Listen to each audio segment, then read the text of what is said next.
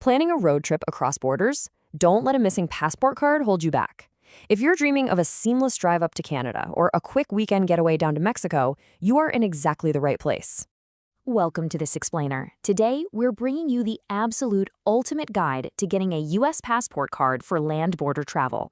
We're going to demystify this entire process from start to finish, looking closely at what this card actually is, how you get your hands on one, and most importantly, what it can and definitely cannot do for you. Okay, let's dive right in. Here's our roadmap for today. We're going to quickly cover what a passport card is, compare it directly to the traditional passport book, walk through a step-by-step application guide, break down the exact costs and timelines, look at renewals and replacements, and then wrap up with some absolutely crucial final tips. So first up, what exactly is a passport card? Think of it as your wallet-sized travel companion. By definition, the U.S. passport card is a highly specialized credit card-sized national identity and travel document. It's officially issued by the Department of State, and it's fully compliant with the Western Hemisphere Travel Initiative, or WHTI for short. Basically, it acts as ironclad proof of your identity and your U.S. citizenship, but it's specifically engineered for land border crossings and seaports of entry. And this really highlights the sheer utility of this little card. It actually contains a passive RFID chip, radio frequency identification, embedded right there in the plastic. This technology is a real game changer because it allows you to use the Customs and Border Protection ready lanes, which can massively reduce your wait times at busy land borders. Plus, it's fully Real ID compliant, so you can confidently flash it at TSA checkpoints for your domestic flights, no problem. Geographically speaking, it covers land and sea entry to Canada, Mexico, Bermuda, and the Caribbean. Oh, and a quick note on eligibility. These are issued exclusively to U.S. citizens and non-citizen U.S. nationals. Now let's look at the passport card versus the passport book, because knowing your travel boundaries is absolutely critical here. When you put the two side by side, the differences are pretty stark. The card is super convenient, it fits right in your wallet, it's significantly cheaper, and it's highly optimized for land and sea travel within North America and the Caribbean. On the flip side, the traditional passport book gives you completely unrestricted global access across all modes of transportation. Air, land, sea, anywhere in the world, the book has you covered. But right here is the absolute most important limitation you need to understand today. A passport card cannot be used for international air travel, period. No exceptions. And when we say no air travel, that literally includes emergency repatriation flights. Just imagine for a second you're driving in Mexico or you're on a Caribbean cruise and a severe medical crisis hits, or there's a family emergency that requires you to fly home immediately. The passport card will not work at the airport. Because of strict post-9/11 aviation security regulations, you'd face some serious, highly stressful logistical hurdles trying to procure an emergency passport book just to board a flight home. All right, moving on to our step-by-step application guide. Let's navigate your first-time application together. The process itself really breaks down into 4 main steps. First, you'll need to complete Form DS-11. You can fill this out online and print it, or just write it out by hand using black ink. But listen carefully to this part. Do not sign it yet. Seriously, hold off. A postal employee or acceptance agent actually has to witness your signature. Step 2, gather up your original proof of citizenship and a valid photo ID. Step 3, get yourself a highly specific 2x2-inch color passport photo with a stark white background. And finally, Step 4, schedule an attendant in-person appointment at an acceptance facility, which, let's be honest, is usually just your local post office. So the crucial point here is showing up to that appointment completely prepared so you don't waste your time.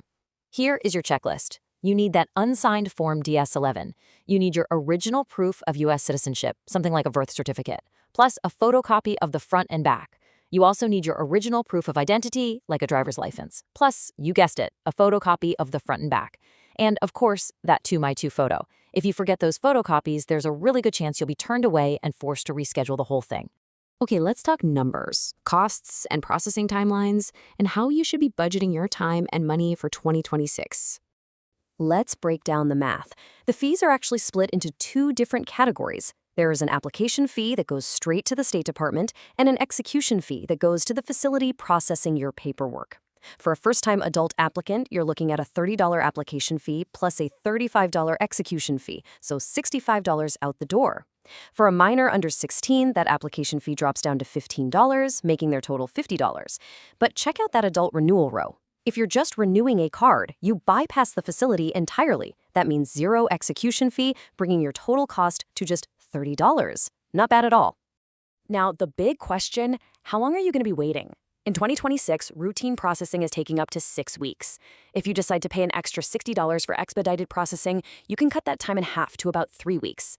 If you're in a total panic and need it right away, registered courier services can turn it around in a week or less, but they will definitely charge you a premium for that speed. And please keep this in mind, these timelines are just for processing. Mail transit can easily tack on several extra weeks to your total wait. So the golden rule, always apply well in advance of your trip. And speaking of the mail, $23.36 is the exact number you need to know if you want your shiny new card shipped back to you overnight.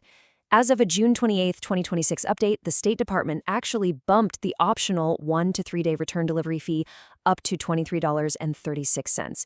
You can stack this right on top of that $60 expedite fee if you're really racing against the clock. Next up, let's get into tracking renewals and replacements, basically how to maintain your passport card over the years. When that 10-year mark rolls around and it's time to renew, you have two really great options that let you completely skip the post office line. First, you can go the traditional renew by mail route using Form DS-82. You just package up your old, undamaged card and mail it in via trackable USPS shipping. Or you can use the super sleek online passport renewal system, known as OPR. If you're 25 or older and your card is expiring soon or expired less than 5 years ago, you can handle the whole thing through a digital portal. Just a heads up though, the system does have automated timeouts, so make sure you sit down and complete the online application in a single session. Now life happens, right? If your card is lost or stolen, you absolutely must report it immediately to the State Department to protect yourself from identity theft. Unfortunately, a lost card means you forfeit that easy renewal process we just talked about. You can't renew it by mail, you can't do it online. You are officially back to square one. You have to fill out Form DS-11 and schedule an in-person appointment all over again. Also, a really quick reminder for parents. Children's passports are only valid for 5 years, and they're never considered renewable. You have to apply in person for a brand new card every single time a minor's card expires. Finally, let's wrap this up with our takeaways and final tips so you can cross the border with total confidence. Here are the core things you need to remember. The passport card is essentially your VIP pass. Thanks to that little RFID chip, it unlocks those fast-moving ready lanes at land borders. It's really affordable at just $65 for a first-time adult, but routine processing can take up to 6 weeks, not including mailing time. And, say it with me, it is not valid for any international flights. Because of that massive limitation, our absolute best strategic advice for frequent travelers is to just carry both. Get a passport book and a passport card. That way you get the day-to-day convenience of the card at the border, but you have the safety net of the book back in your hotel safe just in case you ever need to fly home in a pinch. As always, we do need to throw in a quick disclaimer here. Government fees, immigration rules, and processing times can and absolutely do evolve. It's always going to be your responsibility to verify the very latest requirements directly at the official State Department website, that's travel.state.gov, before you finalize any of your travel plans. So, we leave you with this final thought. Are you ready to breeze through the ready lane on your next cross-border adventure? Armed with all this knowledge, you are fully prepared to get that application submitted flawlessly and just hit the road. Thanks so much for joining us on this explainer, and hey, safe travels out there.